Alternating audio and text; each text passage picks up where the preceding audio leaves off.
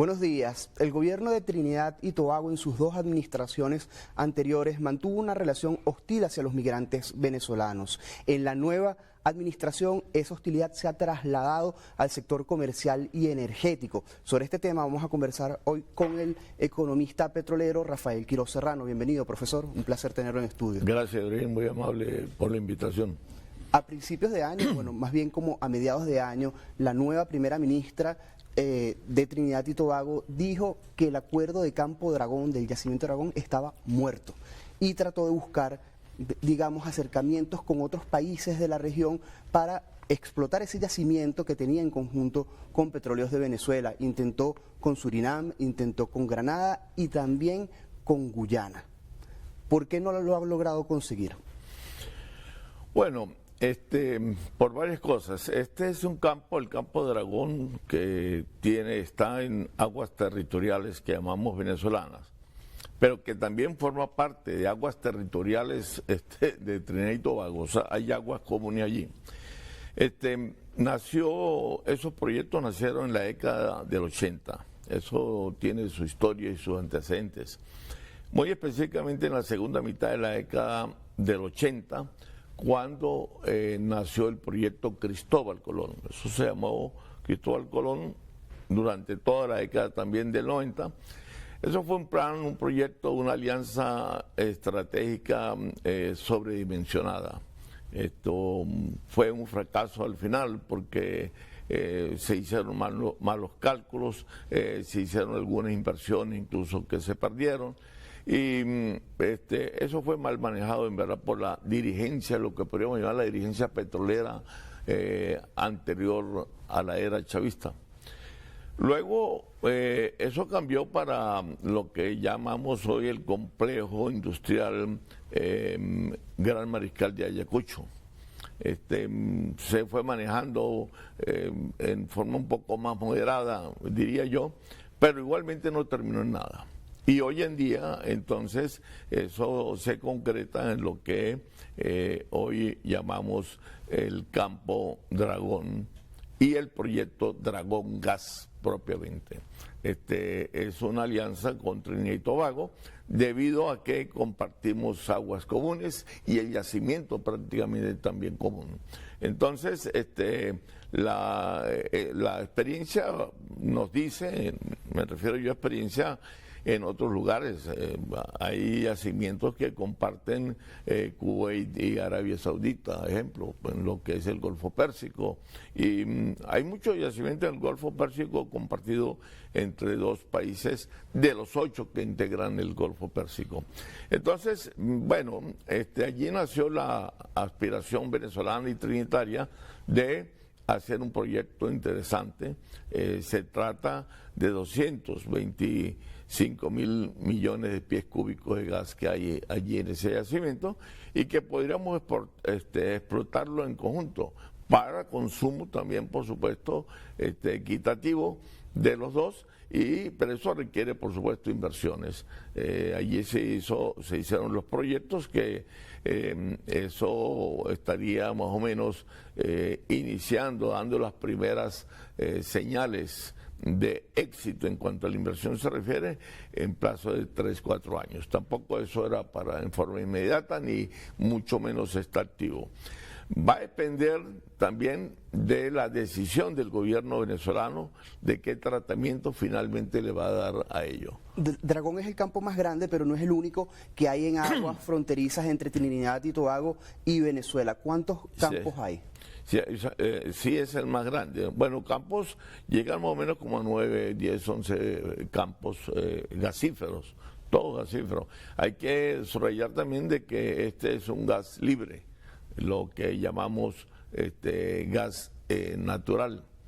Es un gas diferente al gas asociado, que es el que coexiste en el yacimiento con el crudo. No, es un gas libre, que es de los que menos tiene Venezuela en sus reservas. El 91% de las reservas gasíferas venezolanas es de gas asociado, que es el gas que coexiste en el yacimiento con el crudo. Muy contrario, ejemplo, el que tiene Bolivia. al sur de Sudamérica, o bueno, casi al sur de Sudamérica. Bolivia tiene menos potencial de gas que Venezuela. En vez de 25.000 o 30.000 millones, trillones, perdón, de pies cúbicos, debe tener unos 15.000 millones, pero el 92% de las reservas probadas de gas en Bolivia es gas libre, es gas no asociado. La Directiva de Hidrocarburos de Venezuela le solicitó al presidente de la República revocar los acuerdos en materia gasífera con Trinidad y Tobago, producto del acercamiento militar que tuvo la primera ministra con el gobierno de los Estados Unidos y que el gobierno venezolano, lógicamente, piensa que le perjudica. Entonces, en ese sentido, ¿a quién perjudica más toda esta situación, digamos, la suspensión de estos acuerdos en materia energética? Sí, yo tengo mis reservas en relación a que la directiva de PDVSA tomó la decisión, no porque no la haya tomado, sino que es equivocada. La directiva de PDVSA no está para tomar decisiones petroleras, sean las que sean, por razones políticas. Ese no es un organismo político, es un organismo netamente técnico. Precisamente la empresa petrolera PDVSA está como está por haber a veces la directiva dado un tratamiento a sus decisiones de corte político. Eso está bien para que lo haga el ministerio o para que lo haga el presidente. ¿Por qué? Porque son los que toman las decisiones políticas. Repito, la decisión de la directiva, del directorio de PDVSA, tiene que ser una decisión netamente técnica, de tipo gerencial, por decirlo así.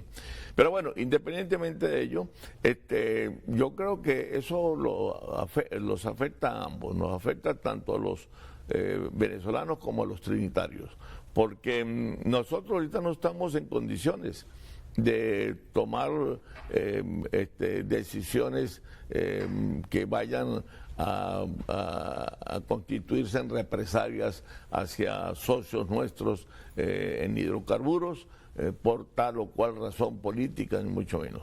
No estamos en estos momentos para eso y yo creo que va a afectar a Venezuela como afecta a Trinidad y Tobago. Es posible que, analizando la cosa en frío, podría afectar un poco más a Trinidad y Tobago, pero yo creo que los dos cortes van por igual. Ahora, hay que ver cuál es la decisión final del gobierno, si es simplemente una suspensión del proyecto estratégico o va a ser una anulación definitiva del mismo, ¿no? La primera ministra de Trinidad y Tobago, como decíamos en la introducción de la entrevista, apenas asumió el cargo, trató de hacer acercamientos con otros países de la región, como habíamos mencionado, con Guyana, con Surinam y con Grenada, para sustituir al socio estratégico, que es Petróleos de Venezuela, que es PDVSA. Sin embargo, no tuvo éxito, como dijimos. También abrió una licitación internacional para empresas petroleras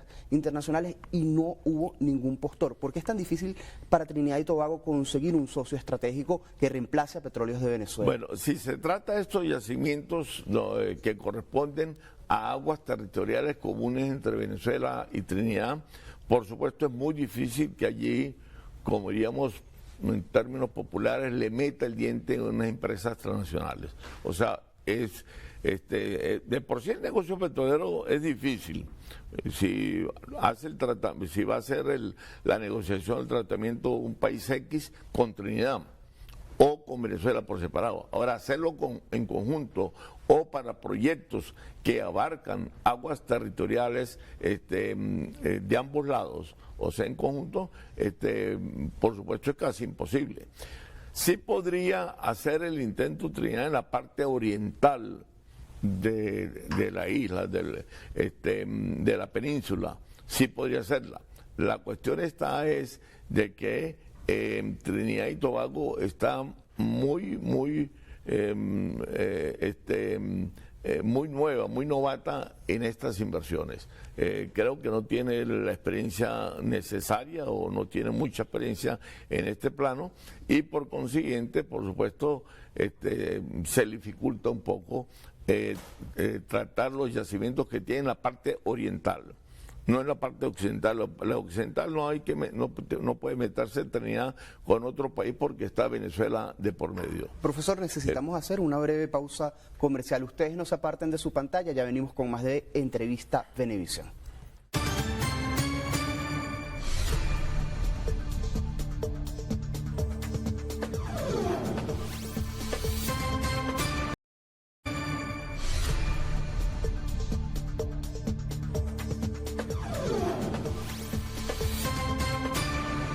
Continuamos con más de Entrevista Venevisión. Hoy estamos conversando con el economista petrolero Rafael Quiroz Serrano. Estamos conversando también sobre, digamos, las relaciones entre Trinidad y Tobago y Venezuela, todo ese aspecto geopolítico y energético. La vicepresidenta ejecutiva de la República, Deci Rodríguez, declaró la semana pasada que si Venezuela no le exportaba el gas a Trinidad y Tobago, la economía de Trinidad y Tobago colapsaba. ¿Cuál es su opinión sobre esa apreciación? Bueno, creo que es una exageración esa afirmación porque hasta ahora no le hemos exportado una molécula de gas. El proyecto que suspendió el gobierno venezolano iba a dar sus primeras señales de éxito, por decirlo así, dentro de 3, 4 años. Y no ha colapsado la economía trinitaria. Hasta ahora no ha dependido de nosotros, para nada.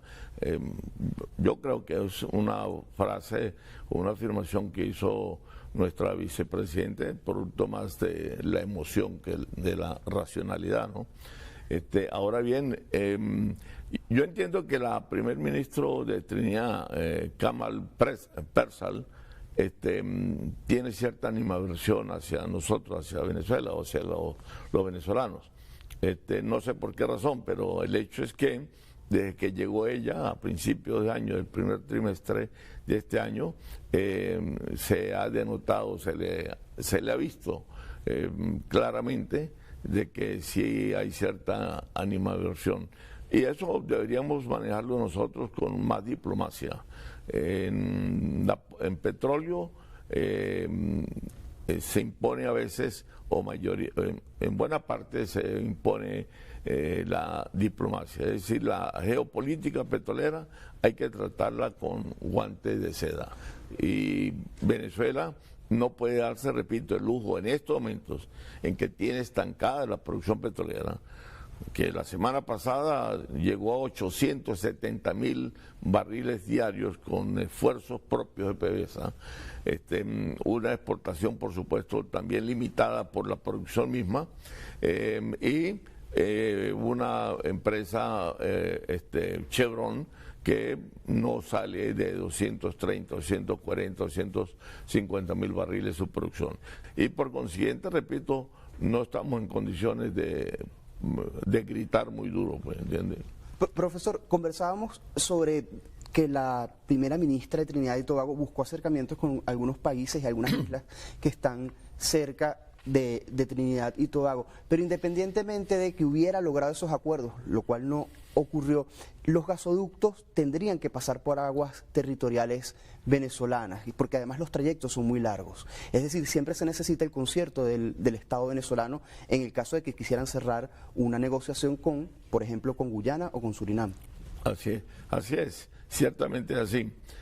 Para tratar el gas se necesitan gasoductos y en el caso de Surinam y Guyana, llegar a un acuerdo con Trinidad y Tobago representan, no sé cuántos kilómetros representarían de gasoducto, pero por supuesto que es imperiosa y es insolayable la presencia allí de montar proyectos de gasoducto bastante fuertes. Ahora bien, lo que pasa es que tanto Guyana como Surinam, sobre todo el último, más que el primero, también están un poco en pañales en relación a los recursos hidrocarburos que allí se han encontrado. Surinam representó el año pasado el segundo país después de Namibia. Óigase bien, después de Namibia, Surinam fue el segundo país de mayor localización ese año, el año pasado, de yacimientos petroleros en todo el mundo. De todos los países del mundo que localizaron y que descubrieron yacimientos, Surinam fue el segundo país. El primero fue Namibia. Así que allí hay un gran potencial que deberíamos verlo. Igualmente con Granada, pues. Entonces, esos son tres países que son relativamente pequeños. Guyana no tiene más de 800.000 habitantes, Surinam llega a escasamente a 600.000, pero que tienen un potencial de hidrocarburos bastante interesante, en el cual Venezuela debería ver proyectos o alianzas petroleras o gasíferas o de hidrocarburos con la cual pudiéramos nosotros sacar bastante ventaja comparativas, pero todo va a depender de cómo siga la situación financiera y de problema estructural por la cual atraviesa PDVSA. Profesor, lamentándolo mucho, se nos acabó el tiempo. Gracias por habernos acompañado. Gracias a usted, Ibrahim, muy amable de su parte. Conversamos hoy con Rafael Quiroz Serrano, economista petrolero y docente universitario. A ustedes, gracias por su atención. Sigan con más de Noticias Venevisión.